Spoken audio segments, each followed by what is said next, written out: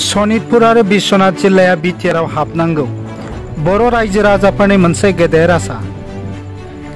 बेनि थाखाय सनितपुर आरो बिश्वनाथ जिल्ला दुलाराय बर' फरायसा आफादा कमिसननि सासे सोद्रोमा दालिम बायनखौ बरायदों।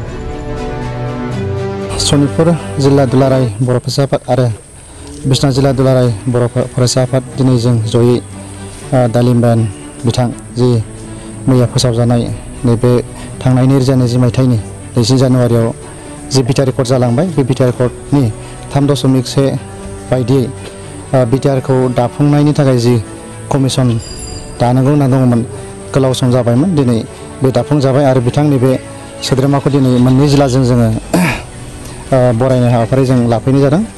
जों बेनि गेजेरजों फोथायदों थाबैनो मोनसे 6 दाननि गेजेराव जि समायसीमा खानानै होदों, बेनि गेजेराव कमिसना मोजां खामानि मावनानै जोंनि सनितपुर आरो बिश्वनाथ जिल्लानि जि जोंनि बर' आफादफ्रा बिनाय बायदियै जों साबमिट खालामखानाय जि दङ, बिथांमोना नायफामनानै मोजाङै मावफुंगोन होननानै जों आसाबादि खालामदों। आरो बिथाङा जोंनि सिगाङाव फोरमायथिदों जि गामिफोरखौ नोंथांमोना बिनाय बायदि बेखौ मोजाङै कमिसननि गेजेरजों सावरायनानै सोनाय जागोन होननानै बिथाङा खोन्थादों।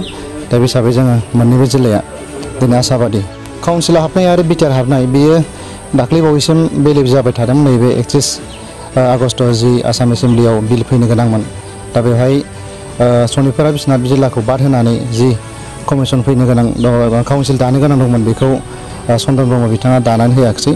दा बेनि उनाव काउन्सिल जि सनितपुरनि जानानै बिग्रा बिथांमोनाबो दाख्लै बावै इउबिपिअनि आफादगिरि सम्बारु मोसाहारि आरो इउबिपिअनि सनितपुर जिल्लानि सासे नेहाथारि सतीश बसुमतारी आरो लेङाइ आफादगिरि नबिनसन बसुमतारी बिथांमोना एक्सपेल जाबाय। दा एक्सपेल जानायाव जों नुनो मोन्दों बिथांमोना गासै 9 दखराफ्रा बिथांजों लोगोसे गासिबो रिजाइनेसन होजोब्बाय। दा गोख्रोङै इउबिपिअ जानानै सनितपुराव बेबायदि काउन्सिल लाहाबनो लुबैग्रा बिदि गैलिया। दा जों रायजोफोरनि गेजेराव सावरायदों, बांसिनानो जोंनि 100% सनितपुरनि बर'फ्रा बिटिआर हाबनायखौसो लुबैयो, बिथांमोना खुनु काउन्सिलाव थानायखौ लुबैया। जिहेथु गफुराव 537 जन मुंख्लं जाबाय आरो एनडिएफबिनि जोनोमा उदालगुरियाव जादोंमोन, खिन्थु बे सनितपुर जिल्लानि राङापारानि लालबरे हाजोआव एनडिएफबिनि दावहा नांजेननाय आदब खायदा जादोंमोन। दा एनडिएफबिनि बै समनि गबिन्द बसुमतारी सारमोना बुंनाय बायदि बै जायगाखौ गारनानै खुनु सुक्ति खालामो होननानै बिथांमोना बुंखादोंमोन। दा नैबे एकर्डआव मोनसे दफा लाफैनायनि गेजेरजों सनितपुरखौ बिथांमोना सजं होनानै खोथा होनाय बायदि दा नैबे कमिसननि गेजेरजों जोंनि सनितपुरबासिया हाबफागोनखौ जों आसाबादि। दा बेनिखायनो दिनै जों सनितपुरबासि आरो बिश्वनाथ जिल्लानि जेसेबां बर'फोर दङ, बिथांमोना काउन्सिलखौ लुबैग्रा सासेबो गैखाया। साफा सानै जि बिथांमोना दङमोन, बिथांमोना अनजिमाया दा खमायलांगासिनो दङ आरो बिथांमोननि खोथा बायदि जों सनितपुर आरो बिश्वनाथ जिल्लानि सुबुंफ्रा रावबो आवगायनाय नङा। जोङो नैबे बिटिआर हाबनो थाखायसो जोङो गोसो होदों आरो मैया जि कमिसन दानाय बेखौ जोङो सनितपुरनि गासै रायजो राजाफ्रा गोजोननायजों लोगोसे बेखौ रंजानाय मोन्दों।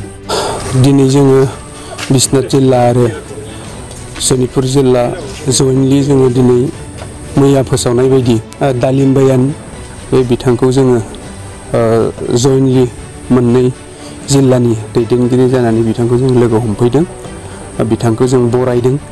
जों आसा खालामो जे गोलाव सम जिहेथु जोङो बन्सित जानानै थाबाय थानांनाय, दा नैबे कमिसननि गेजेरजों जोङो बे बड'लेण्डआव हाबफानो मोनगोन बे माखासे खोथाफोरखौ जोङो बिथांजों सावरायदों आरो जोंखौ सोसननांगौनि थाखाय खामानि मावनो थाखाय जों बिथांखौ खावलायदों आरो जोंनि खावलायनाय बायदियै बिथाङा मावफुंनानै होगोन होननानै जोङो माखासे खोथाखौ होदों।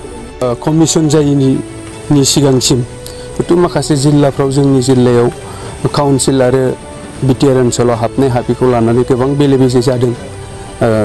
दा बेखौ नाथाय दिनै बेखौनो जों बुंनो हागोन, मानोना नैबे कमिसना जाखांनायनि उनाव जिहेतु बे कमिसननि गेजेरजों माखासे गामि बारायनायनि, गामि सोसननो हानायनि मोनसे जिथु राहाया दङ आरो जोंनि ओनसोलफ्रा जिहेतु मोनसे कन्टिगिउटि ओनसोल, बे हिसाबै जोङो मोनसे हाबफुंनो हानायनि जिहेतु सुबिदाया दङ आरो नैबे कमिसना जाफुंनाय लोगो लोगो जों दिनै मोनसे रोखा जाबाय जे जों बिटिआरआव हाबनो हागोन।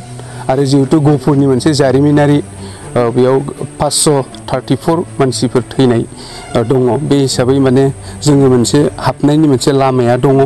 दा बेयाव जोंनि जिल्लायाव बेबायदि जेबो काउन्सिलाव थानायनि बाथ्रा फैया आरो साफा सानै दैदेनगिरिफ्राबो हयथ' नैबे कमिसना जानायनिफ्राय मैयानिफ्राय हयथ' बिथांमोनाबो रोखायै माने हमदांनो हादों जे जोंनि ओनसोला माने बिटिआर ओनसोलाव हाबनो हासिगौ बेखौ मोनसे हयथ' बिथांमोनाबो हमदांनो हादों। दा बिनि उननिफ्राय कमिसननि उननिफ्राय मैयानिफ्राय जों सानो जोंनि रायजोनि गेजेराव बेबायदि बेले बेजेया हयथ' थानाय नङा होननानै जों सानो। बिश्वनाथ ओनसोलनि रायजो राजाखौ आं बेखौनो खावलायदों, बिश्वनाथ जिल्लानि रायजो राजाखौ बेखौनो खावलायदों जोंनि गेजेराव बेबायदि बल बुजाबुजि आरो सोरनिबा फाव फान्दायनायजों सोरबा माने BKWCआव थानायनि खोथा फाव फान्दायनायजों जों रायजो राजाफ्रा थाङा। जोंहा मोनसे मिजिं लानानै जोङो फोथायनानै थानांगोन जे जों बिटिआर ओनसोलाव माने हाबनायनि जिथु लामाया दङ, दा बे हाबनायनि लामानि जों खामानिफोरखौसो मावनो थाखाय जोङो बयबो जों ओंखारबोनांगोन। आं बेखौ खावलायो।